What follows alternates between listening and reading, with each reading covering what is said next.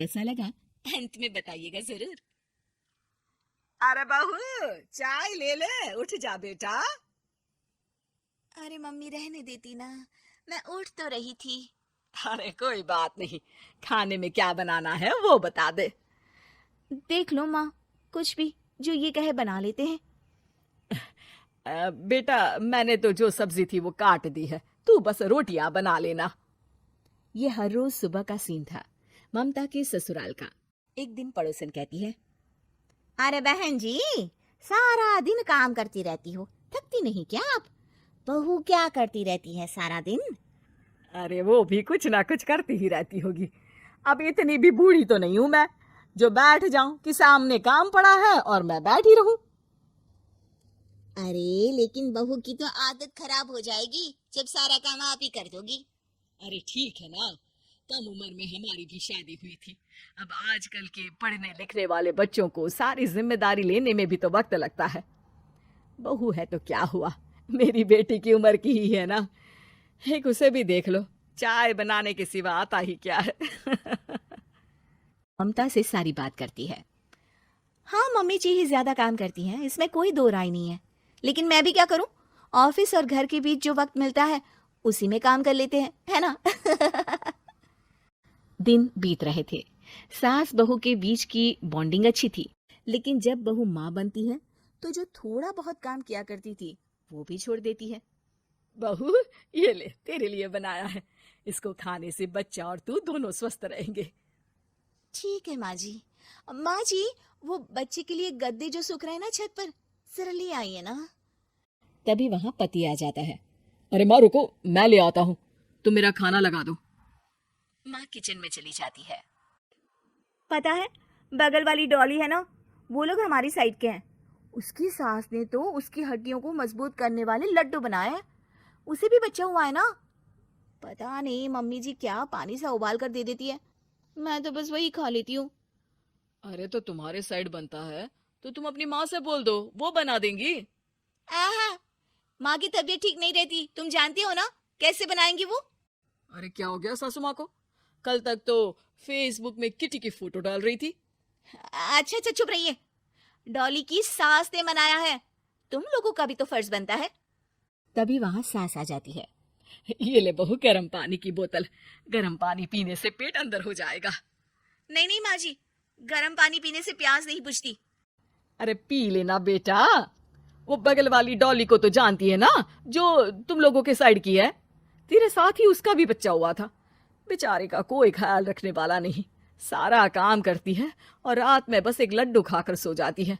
पेट तो लटक ही गया है और बच्चा तो कितना कमजोर सा है उसका। अच्छा माँ, क्या बात है, डॉली की ये हाल है? क्यों मैडम, क्या कहना है आपका? पता है मुझे, किसी के पास मेरी सास की तरह सास थोड़ी ना है।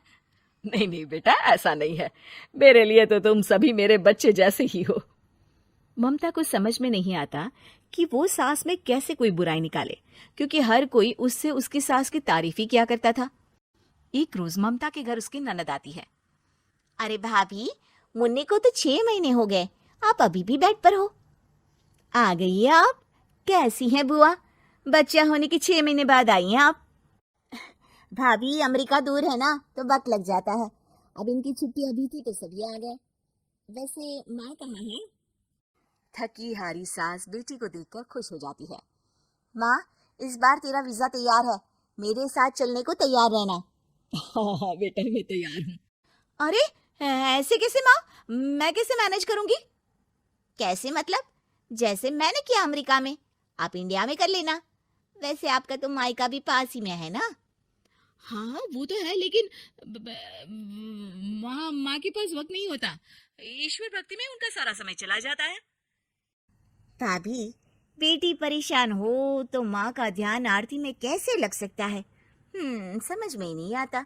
वैसे भी अब माँ को मैं अपने साथ ले जा रही हूँ, माँ को विदेश घूमने का शौक है ना।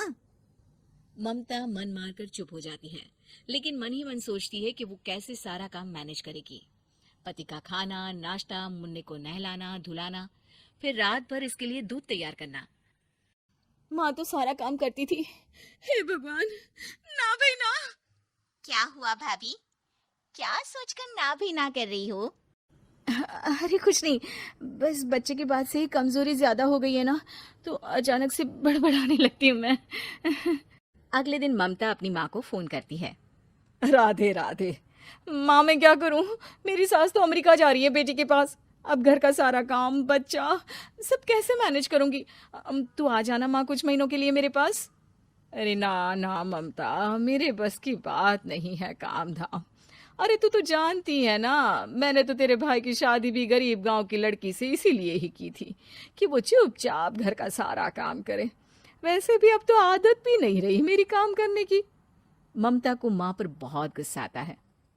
ठीक है माँ, देख लूंगी मैं, लेकिन मेरी मुसीबत के वक्त आप मेरा साथ नहीं दे रही है, अब भूल जाना मुझे। ममता गुस्से में आकर फोन रख देती है और रोने लगती है, लेकिन बेचारी करे भी तो क्या। अब सास और ननद दोनों घर का काम करते, नेहा आराम करती, लेकिन अब आराम में भी उसे चिंता रहती। और फिर वो दिन भी आ जाता है जब ननद का जाने का वक्त आ जाता है। भाभी मैं जा रही हूँ, अपना और मुन्ने का ख्याल रखना। ममता सास को देखती है और गले लगकर रोने लगती है। माँ जल्दी आ जाना। सास मुस्कुराकर कहती है, कहाँ से ममता, मैं कहीं नहीं जा रही। मैंने देखा कि मेरे जाने की बात से ही तू परेशान हो गई थी, इसीलिए मैंने अपना जाना कैंसिल कर दिया है। तू चिंता ना कर, मैं तेरे साथ ही रहूंगी। ममता को अपनी माँ की बात याद आती है कि कैसे उसके कहने पर भी ममता की परेशानी को समझने की बजाय उसने मना कर दिया, जबकि सास ने बिना कुछ कहे बहू की समस्या पढ़ ली। हाँ माँ, हम सब साथ चलेंगे बाद में दीदी के घर अमेरिका। आज से आप रानी बनकर रहना और मुन्ने को देखना। मैं समझ चुकी